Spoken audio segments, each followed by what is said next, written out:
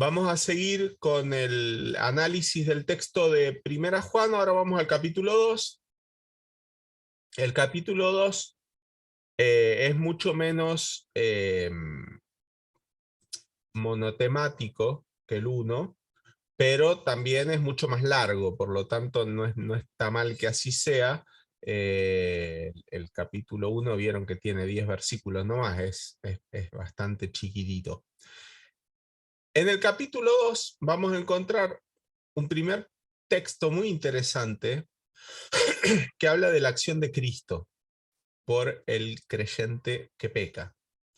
Y lo define como el abogado.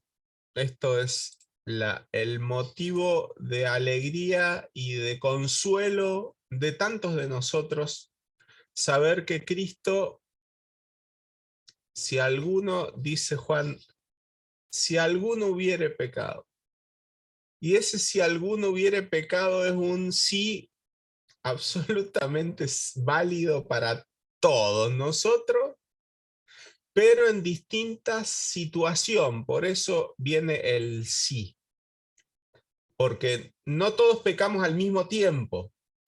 Entonces ahí vale el sí, y dice que si alguno hubiere pecado, y hemos visto ya por el capítulo 1 que hemos pecado y que pecamos, abogado tenemos para con el Padre a Jesucristo el justo.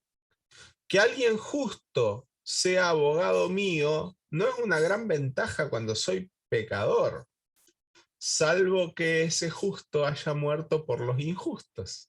Y es justamente el caso de nuestro Señor Jesús, que fue entregado por nuestras injusticias.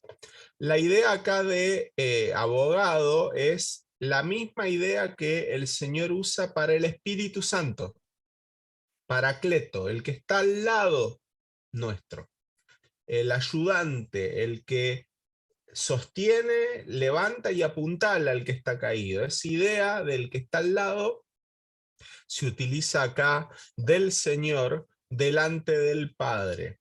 Claro, ¿quién va a pararse delante de Dios? ¿Quién se va? ¿Quién entrará? ¿Se acuerdan del Salmo? ¿Quién va a entrar en tu presencia? ¿Quién se sostiene ahí? El limpio de manos, puro de corazón, el que no ha elevado su alma a cosas vanas. Bueno, ¿quién da con ese target? Solamente el justo, Jesucristo, el justo. Él se presenta por nosotros ante Dios y dice el verso 2, Él es la propiciación por nuestros pecados. Si miran el texto griego, la palabra propiciación es hilasmos, o si buscamos el neutro es hilasterión, el propiciar, propiciación, y tiene que ver con hilaster o hilasmo, es alegría, denota algo que luego se va a utilizar en hilaridad. ¿Vieron cuando alguien dice hilaridad? Habla de risa, de algo que provoca algo, una simpatía. Y la propiciación viene con esa idea de hacer propicio a alguien, de poner de buen ánimo o de buen tono a alguien con respecto a otro.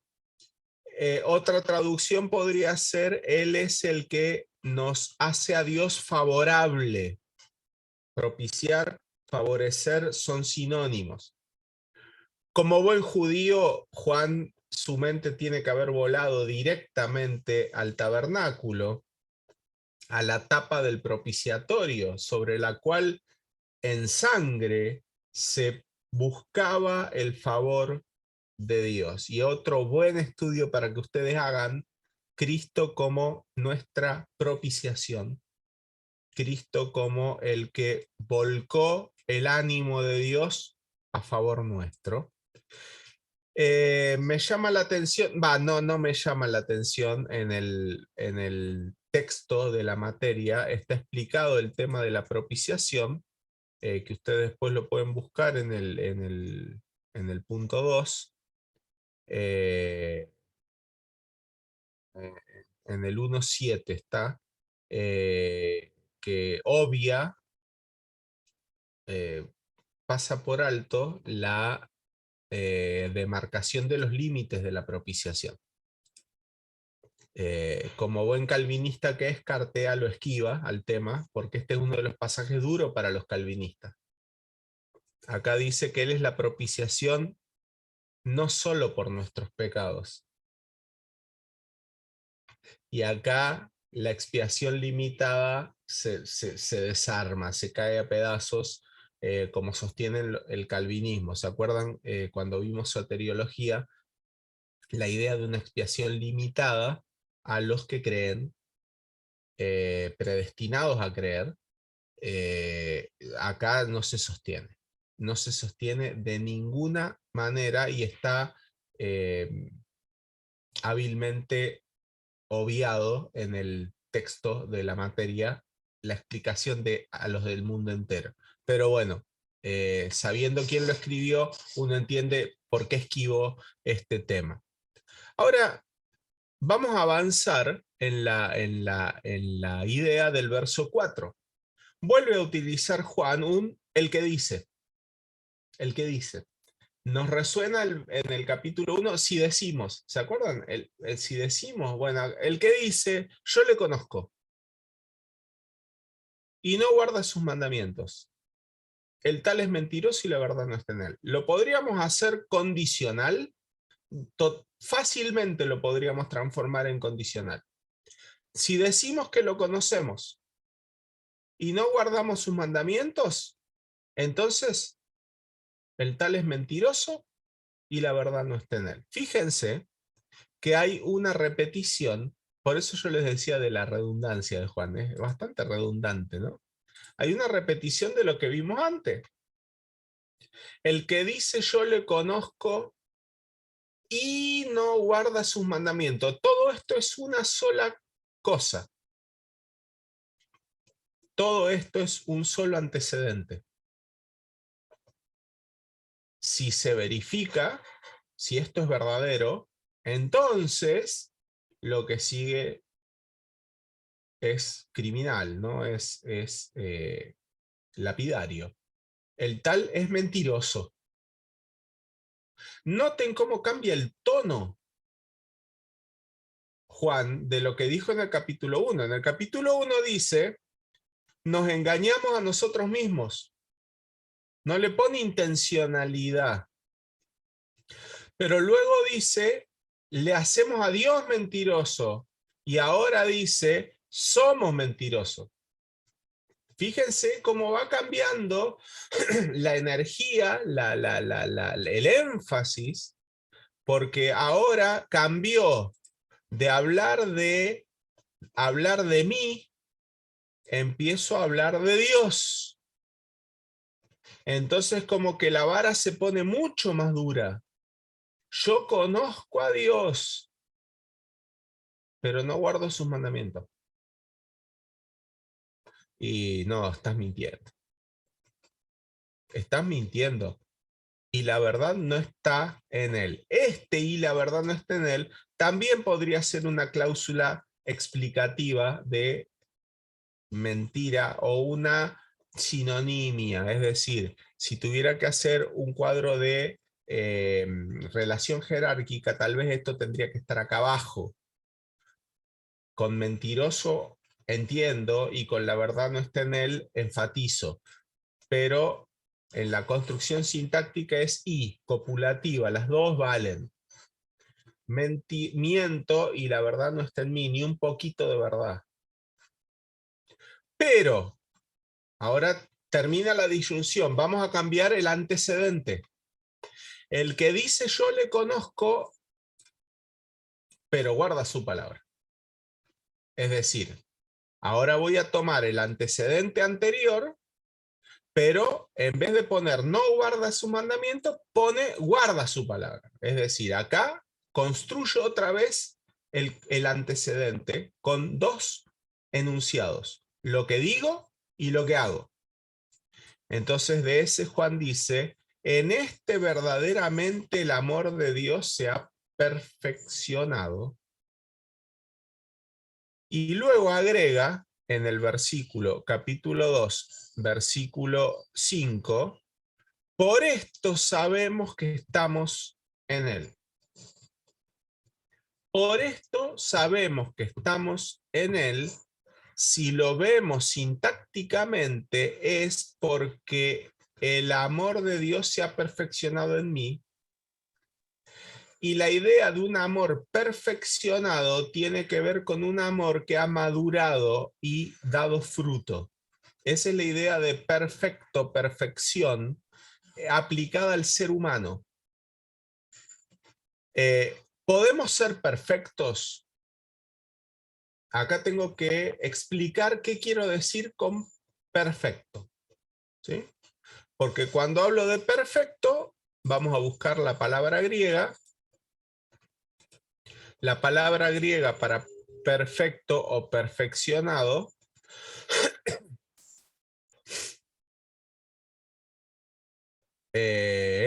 palabra 60 acá.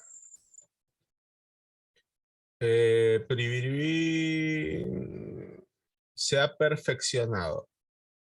La palabra es teleio, que viene del griego telos, que es fin. Y la idea acá de perfeccionar es algo que ha llegado a su fin, a su propósito.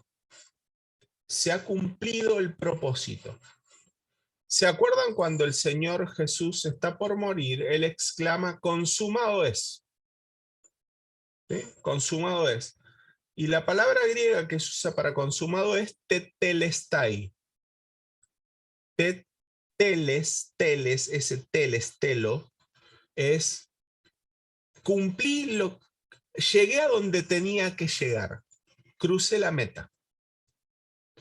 Entonces, ¿el cristiano puede ser perfecto? ¿Puede cruzar la meta? Sí, sí. La idea de perfección, asociémosla con un árbol que finalmente fructifica. Esa es la idea de perfección, madurez. ¿Eh? Cuando a Timoteo Pablo le escribe a fin de que el hombre de Dios sea perfecto, la idea ahí de perfecto no es la idea de perfección matemática o estética, sino la idea de madurez, que el hombre de Dios sea maduro. Y ahora viene la cláusula explicativa, enteramente preparado para toda buena obra. Ese enteramente preparado no está escindido de maduro. Explica qué quiere decir Pablo con perfecto, porque está enteramente preparado para toda buena obra. ¿Alguna vez contratamos a alguna persona que nos dijo que tenía determinadas habilidades que no tenía? Suele pasar mucho con los albañiles. ¿Sabe poner pisos? Sí, pongo piso de que tenía 3 años, te dice. Y bueno, poneme los pisos y uno se da cuenta que no estaba perfecto. O sea, eran más las ganas que tenía que la destreza que tenía, ¿no? Y uno reniega. ¿Por qué? Porque uno esperaba un fruto y la cosecha no fue tan buena. Nos hace acordar cuando el Señor va a la higuera, ¿recuerdan? Camino de Jerusalén, esperando algún fruto. Y llegó y pura hoja. Pura hoja. ¿Cuántas veces nosotros somos pura hoja, no? Y no hay fruto. Bueno, acá la idea es de que el que dice que le conoce y guarda su palabra, ese, en él, el amor de Dios se perfeccionó. ¿Por qué? Porque no solo recibió el amor de Dios, sino que lo está llevando al fin. ¿Cuál es el fin? El que obedezcamos, el que guardemos su palabra. Ahora, cuando yo pienso en esto, se me ocurre y se me da la idea de que puedo estudiar algunos textos que en todo el Evangelio de Juan, en todas las epístolas de Juan, aparecen como frases que podríamos tomar casi como sinónimos. Fíjate, Pedro lee el 1.6, Matías lee el 2.4, Fernando el 2.6, Carlos el 2.9 y a ver a quién le pido ahí, Seba el 4.20. Fíjense qué dicen esos textos. El 1.6. Si decimos que tenemos comunión con Él y andamos en tinieblas, y no andamos, perdón, voy a ir de vuelta. Si decimos que tenemos comunión con Él y andamos en tinieblas, mentimos y no practicamos la verdad. Bien, el 2.4. 2.4 dice, el que dice yo le conozco y no guarda sus mandamientos, el tal es mentiroso y la verdad no está en él. 2.6.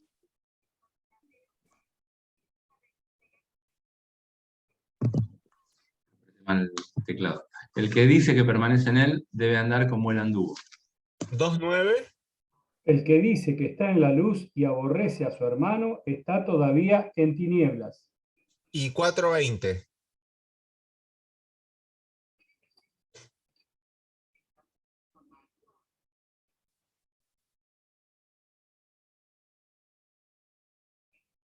¿Lo leo? Seba. Se está comiendo el Seba, se está terminando de limpiar la boca. A ver, dale. 4:20. Sofi se debe estar riendo porque debo tener razón. Sí, 4.20. 4:20. Si alguno dice yo amo a Dios y aborrece a su hermano, es mentiroso, pues el que no ama a su hermano a quien ha visto, ¿cómo puede amar a Dios a quien no ha visto? Bien, ¿qué tienen en común los 5 textos? El sí. Dios. El que Sí. dice. El ¿Qué decir, dice? decir algo. Sí decimos. Ahora, ¿es azaroso el que dice? No, no es. Juan entiende, y el Espíritu Santo, por supuesto, que decir estas frases se comprende como alguien que tiene una relación con Dios. Comunión, conocimiento, permanencia, la palabra estar y amor. Si yo quisiera hacer un mensaje sobre cuál es la relación de un creyente con Dios, tendría que utilizar estas cosas. Un creyente tiene comunión con Dios, un creyente conoce a Dios, un creyente permanece en Dios, un creyente anda alrededor de Dios y un creyente ama a Dios. Un hijo de Dios hace esto. Y el que dice que tiene comunión, entonces tal cosa.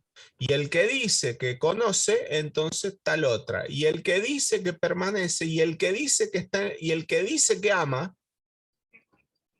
tiene que verificar ese el que dice con algo práctico, con algo claramente distinguible en las personas. Porque si no es mentira, si no es algo que es engañoso. Estuve pensando en cómo ilustrar esto y me quiero quedar con el último y con el segundo. ¿Y saben quién se me vino a la cabeza? El hijo mayor de la parábola de Lucas 15. Cuando el hijo vuelve del campo, recuerdan la escena, el hijo menor ha vuelto todo hecho bolsa, fue recibido con misericordia, se lo limpió, se lo lavó, se lo vistió y ahora estaban celebrando. El otro estaba en el campo y vuelve hecho bolsa también, seguramente, de todo el día de trabajo, y escucha y pregunta y se enoja. Y recuerdan la escena, no quiere entrar. No, yo no entro. Y es dramático, ¿no? Porque el padre sale. Esto a mí todavía me sigue poniendo la voz emocionada, porque mire que hay que ser cara dura para hacerlo salir al padre de la fiesta. Su hijo había resucitado prácticamente, el más chico, y el otro cabezón enojadito afuera, y el padre sale y es llamativo, dice, le rogaba que entrara. Le rogaba, le suplicaba. Y yo pensaba en lo que dice el hijo más grande. Yo siempre estuve contigo, Tantos años te sigo. sin haberte desobedecido jamás. Y nunca me has dado, nunca abriste. Ahora, uno empieza a pensar, ¿no? En este hombre, porque seguramente, no sé qué edad tendría. Vamos a darle el beneficio de la juventud, vamos a pensar que era un pibe joven. ¿Cuál era su telos, su fin? ¿Qué tipo de relación tenía con el padre?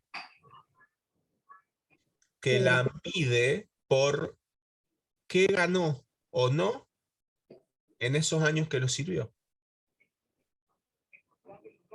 Y que se entristece o no porque se pudo o no comer un chivo con los amigos. Y que se enoja porque el padre es bueno con su hermano. Y a él no le dio la maña que quería hacerse el chivito. Entonces ahí le apliqué estas preguntas que tenemos acá. Cambié Dios por el padre, obviamente. ¿Conocía a su padre? Permanecía con su padre, amaba a su padre, y a la luz de lo que hizo con el hijo, con el otro hijo, uno se da cuenta que no tiene elemento fáctico, prueba de que hubiera una relación sana con el padre. Con el padre. Pablo, Sí, algo paralelo con María y Marta, porque vos fijate que cuando él resalta delante del Padre el servicio primero y no haberle contradecido durante su vida, o sea, hacer lo que quería, me pareció como que de pronto era más parecido a Marta, que cumplía con sus labores, que hacía lo que tenía que hacer, pero no hacía lo más importante. No tenía comunión, conocimiento y permanencia. podríamos aplicarlo también. Podríamos aplicarlo, pero Marta me resulta más simpática que el hermano más grande. ¿Por qué? Por lo que pasa luego en el capítulo 11, cuando resucita a su hermano, en las palabras de Marta, ahí hay otra Marta. Pablo, y con Jonás, Bueno, Jonás es un caso paradigmático, ¿no? Se y muy convierte parecido a en esto. una ciudad entera a su mensaje y él se enoja porque se le secó la plantita. De hecho, se enoja porque se convierten. Es tan parecido a mí, Jonás, o yo soy tan parecido a él. Y debió ser argentino, Jonás. Estoy casi seguro que Jonás era argentino porque cómo se calienta Jonás es digno de mejores causas, ¿no? Cuando dice estoy enojado hasta la muerte, señor. Notemos cuando está en la panza de la ballena, él ora a Dios para que lo salve. O por lo menos, no sé, para que muera rápido, tal vez, porque pasaban los días y no se moría. Y cuando se convierte en todo, dice, listo, Dios, ¿para qué voy a seguir vivo? ¿Para qué voy a seguir vivo? Es asombroso, ¿no? A lo que puede llegar una persona en la cual el amor de Dios no ha sido perfeccionado. y nos asombramos de Jonás, pero somos totalmente iguales nosotros. Totalmente iguales. ¿Cuántas veces Dios tuvo que salir a la puerta a buscarnos a nosotros que estábamos enojados porque adentro había otro que no queríamos? Y el Señor dice, pero Pablo, estaba muerto y ha revivido, ¿cómo no nos vamos a alegrar? Y no, Señor, porque este desperdició tus bienes y con rameras. No sé de dónde lo sacó, si él era muy chusma los criados que le comentaron cosas o qué, pero él ya había hecho toda una especulación de en qué había gastado las cosas el hermano más chico, y es asombroso. Ahora, esa relación con el padre, que en los hechos a mí me prueba que era una persona que no conocía. No lo conocía. Eso quiero ver en Juan con el 2:4, si alguno dice que conoce a Dios. El que dice yo le conozco. Por lo tanto, son palabras que tendríamos que estudiar con algo de cuidado, y esto va a ser la tarea para la semana que viene. Ver cuáles son las definiciones y la tipificación de estas ideas en griego. Comunión, conocimiento, permanecer, estar y amar. Les invito a que lo anoten para que puedan, para la semana que viene, ver en el diccionario y buscar, bueno, esto es como lo entiendo en castellano, o hay alguna cuestión ahí un pelito distinta. Incluso me interesaría que lo busquen en un diccionario de castellano para que aseguremos la definición castellana también, y no vaya a ser que estemos pensando por ahí alguna cuestión equivocada. Ahora, la idea de esta relación con Dios, hay en el capítulo 2 una antinomia, una disyuntiva con la misma relación con el mundo. Y esos son los textos que ustedes tenían de trabajo para hacer respecto de los versículos que dicen que no amemos al mundo. No amemos al mundo. Nos resuenan ecos de Santiago. ¿Se acuerdan Santiago capítulo 4? Yo no puedo ser a la vez amigo de Dios y amigo del mundo. No puedo, no, son dos cosas que no pueden estar, son mutuamente excluyentes. Si soy amigo de Dios, no puedo ser amigo del mundo. No combina. Y uno dirá, ¿pero por qué no? Y porque Dios es luz y no hay ni una tiniebla en él. Ni una. Pero un cachito, no, ni un cachito. Qué distinto que es a nosotros, ¿no? Nosotros todo es tal vez. Todo, absolutamente todo tiene un tal vez. Y un depende cuánto, ¿no? Entonces, una vez estaba viendo una película, no, esta persona tiene principios, y el otro dice, los que dicen que tienen principios solo tienen un precio más caro. Muy, muy escéptico de una persona que pueda tener principios, ¿no? Pero qué verdad que es. Al final depende de la cifra, ¿no? Y con Dios no. Con Dios no. Por lo tanto, la antinomia esa, la imposibilidad de que el que ama a Dios ame al mundo es absoluta. ¿Por qué es absoluto, es imposible? Primero, dice, lo que hay en el mundo no proviene del Padre. No proviene del Padre. Lo que hay en el mundo no dura. El mundo pasa y sus deseos. Ahora, ¿qué es lo que hay en el mundo? Ustedes lo han estudiado ya. Hay deseos. ¿Sí? Hay deseos.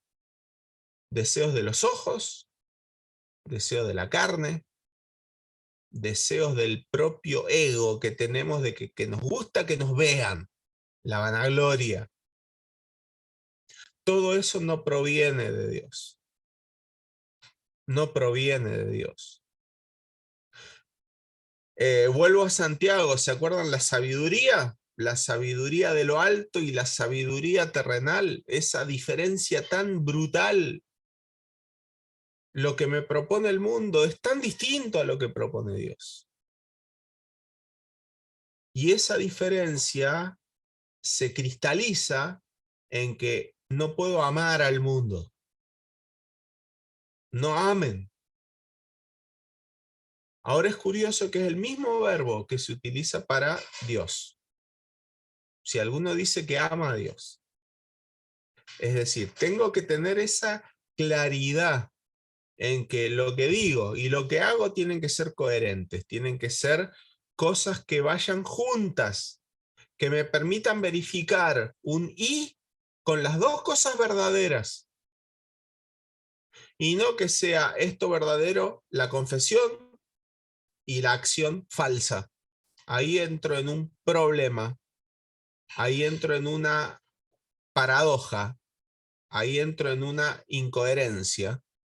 Y Dios no tiene incoherencias.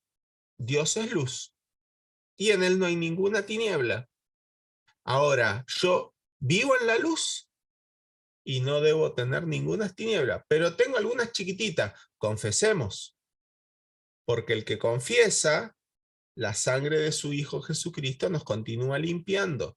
Y si nos vamos a Proverbios, el que confiesa y se aparta, o sea, la confesión apareja el retirarse de cometer lo mismo una y otra vez, porque ahí estaríamos en la práctica.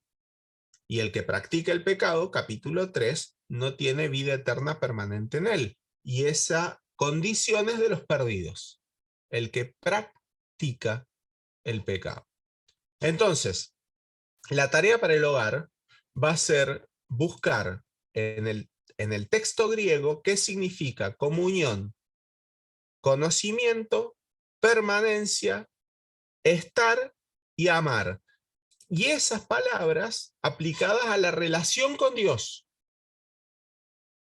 Tengo comunión con Dios, permanezco en Dios, amo a Dios. Esa idea de una relación definida o caracterizada por esas miradas, vamos a ver cómo en la epístola de Juan tienen que estar en un correlato con una acción claramente definida en coherencia con Dios. El que dice que permanece en Dios debe andar como él anduvo. Si digo que tengo comunión con Dios, tal cosa. Si digo que amo a Dios, tal otra. Si digo que estoy en Dios, tal otra. Si lo digo. Entonces mejor no lo digo y listo. Es que al final lo decimos. Al final, tarde o temprano lo decimos. En una oración, en una conversación, en una canción, yo digo que amo a Dios. Digo que tengo comunión con Dios. Todos el domingo pasado tomamos la cena del Señor. ¿Qué dijimos cuando tomamos el pancito? Dijimos que tenemos comunión con Él. Y entonces si lo dije, no puedo desentenderme de que mi confesión de boca tiene que estar acompañada de una acción. Romanos, cuando habla de la fe y del evangelio, dice que confesamos con la boca, pero también creemos con el corazón. ¿Se acuerdan del texto? Si confiesas con tu boca que Jesús es el Señor y crees en tu corazón que Dios le levantó de los muertos, ahí serás salvo. Muchos han terminado la salvación en la confesión con la boca. No, hizo su oración. ¿Y qué? Y la otra parte, hizo su oración y creyó en su corazón. Entonces digo, pero que yo en el corazón no lo veo. Lo veo. Lo veo. Tarde o temprano lo veo. ¿Por qué? Porque el amor de Dios se perfecciona y finalmente da fruto. ¿Ese árbol está vivo o está muerto? Y qué sé yo, no veo el interior, ¿no? Pero ves el exterior. Y si da fruto, está vivo. Si da fruto, no hay otra opción. No puede dar fruto un árbol muerto. Solo da fruto un árbol vivo. Ese creyente tiene una relación, esa persona tiene una relación con Dios, mira los frutos. El Señor dijo claramente, por sus frutos los conocerán. Juan el Bautista a los fariseos, ¿quieren bautizarse? Vayan primero y hagan frutos. Produzcan frutos de arrepentimiento. Después vengan y los bautizo. No volvieron más. No volvieron más. Juan le dice a sus lectores, ¿alguno tiene comunión con Dios? ¿Alguno dice que ama a Dios? ¿Alguno dice que está en Dios, en luz? ¿Alguno dice que conoce a Dios? Y yo me preguntaría a mí y a ustedes, ¿amás a Dios? Y tendríamos que ser muy cararrotas para decir no. Bueno, si amamos a Dios, entonces, y Juan en eso es uno de los pasajes menos escapables, o sea, nos pone contra la espada y la pared. No hay opciones. Pablo, Pedro son muy duros, pero Juan es extremadamente preciso en definir que sin una práctica, toda confesión es absolutamente vana. ¿Preguntas, dudas, opiniones, aportes, algún comentario, alguna ofrenda? No, pensaba en el Padre Nuestro, que dice perdona nuestros pecados, y me acordaba, los pecados del diario, ¿no? El Padre Nuestro no, es la base de perdona nuestros pecados diarios, sería, ¿no, Pablo? Va por ese lado. Sí, en realidad la idea ahí también está atada al cómo nosotros perdonamos. Sí, bien. Así que perdona nuestras deudas, dice en realidad. Que yo mucho tiempo pensé en lo que hago mal y últimamente estoy pensando más en lo que no hago bien. Explico. Santiago dice que no solo es pecado hacer lo malo, sino también saber lo bueno y no hacerlo. Eso también es pecado. Y a veces los creyentes, cuando evaluamos el día, hoy no mentí o mentí poquito, palabra, no engañé a mi esposa con otra mujer, no lo mandé al cuerno al que me frenó de golpe, no robé en el banco, pagué hoy no hice nada malo, pero si pregunto, ¿hice todo lo bueno que pude? La pucha, ahí se me desarma la estantería de creerme la gran cosa. Sí. Porque empiezo a pensar lo que podría haber hecho, y ahí es donde le quedo debiendo al Señor. Perdóname mis deudas, Señor. Después, todo esto que estamos hablando, Juan, cuando el Señor dice, no todo el que me dice, Señor, Señor, entrará en el reino, sino el que hace la voluntad del Padre. Y anteriormente viene hablando de los dos cimientos, de los dos frutos, fruto bueno, fruto malo. Es bastante explícito y bueno, justo está en el Evangelio Juan. Es Juan, muy claro. Lo que pasa, vamos a decirlo de vuelta. El Señor no es un Dios confuso, no es un Dios oculto, no es un Dios difícil de entender, es fácil de entender. Hasta un niño lo entiende esto. Lo que pasa es que somos cabezones nosotros y no nos resignamos, pero no me digan que esto no es muy sencillo. Lo que estamos viendo es muy fácil de entender, cualquiera lo entiende. No hay que ser maestro de griego para entender esto, es fácil. El tema es que somos obstinados. Somos obstinados. Después lo criticamos al pueblo de Israel, no, duros de servir. ¿Y nosotros? Yo no lo critico más al pueblo de Israel, porque soy más cabezón que ellos. Pero hay que seguir, hay que seguir. ¿Por qué? Porque la perfección es un estado en la escritura. La perfección es un estado al cual se llega y del cual se sale. Es decir, yo puedo llegar a ser perfecto y dejar de ser perfecto. Entonces la lucha es permanecer ahí, seguir en esa perfección. Cambiemos la palabra, en esa madurez. Actuar como maduros. ¿Sí? No como Nicolás Maduro. Actuar como una persona madura. Imagínense, ¿no? Si, qué sé yo, vienen los hijos de alguno de ustedes y uno razona, se emociona y actúa en los términos del hijo, del niño. Uno estaría diciendo, qué pavote, o sea, tenés casi 50 años, loco, comportate como alguien, sé coherente con tu edad. Y a veces como cristianos maduros o viejos, mejor dicho, nos comportamos como niños. Y es lastimoso, es lastimoso. Alguna vez hemos dicho que hay creyentes que no cumplen años, sino que cumplen muchas veces un año. O sea, siempre es siempre están ahí, siempre aprendiendo, como las viudas ahí de Timoteo. Y siempre son los hijitos de Primera Juan 2. Siempre son los chiquitos, los niñitos. Nunca crecen. Y Pablo en un momento a los Gálatas, ¿se acuerdan? Le dice, ustedes ya tendrían que ser maestros, muchachos. Ya se peinan solos. Vamos a dejar esto y avancemos hacia la perfección. De hecho, usa esas palabras. Avancemos hacia lo que es perfecto. Bueno, vamos nosotros también a seguir. Vamos a la perfección. Ah, en el cielo. No, en la tierra. En la tierra. Frutos. El amor de Dios perfeccionado en nosotros, el amor que da frutos. Lo que Terminamos, pasa es que ahí, Susana. ahí, ahí creo que entra la falta de comunión con Dios, creo que no, la falta de comunión con Dios, creo que ahí no se genera ese vínculo, ese crecimiento espiritual. Bueno, pero fíjate lo que les acabo de pedir que investiguen.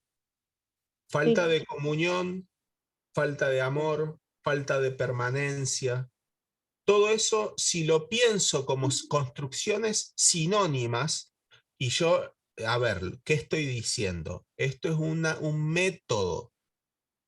Esto es un método que yo busco en el texto de un autor, en un discurso. Acuérdense la unidad del discurso. Yo busco arquetipos, busco morfologías que son parecidas y pienso, usa la misma forma, se está remitiendo a lo mismo tal vez, o está encarando lo mismo de distintas maneras para entrarle por distintas vías a la misma cosa. Cuando uno da clases en la escuela es así. Yo quiero explicar la música en la Edad Media, fantástico, la música en la Edad Media, y entro por distintos canales. Siempre voy a hablar de la música en la Edad Media, pero voy por distintas vías. ¿Cuál es la centralidad del asunto acá? La relación con Dios. Bueno, comunión, permanencia, amor, estar, todas esas cosas vienen a ser sinónimas. Entonces tenés razón, Susana. El que no ama no tiene comunión. Y sí, claro, claro. Y no permanece, y obvio. Y no da vueltas alrededor. Y exactamente, exactamente. Finalmente no lo conoce. No lo conoce. Y entonces uno dice, no, pero yo soy creyente de hace 50 años. Y mi hermano, que le devuelvan la plata. Fueron 50 veces un año. No fue 50 años de crecimiento. ¿Sí? Ojalá que seamos como los árboles. El árbol, ¿cómo se mide la edad de un árbol? Por lo que crece. Entonces uno, cuando lo cortan, cuenta los anillos tantos años. Todos los años creció. A veces tenemos un solo anillo de creyente, pero muchos años que crezcamos, ¿no? Como el árbol. ¿Terminamos? ¿Oramos para terminar? Mati, ¿querés dirigirnos a Dios en oración?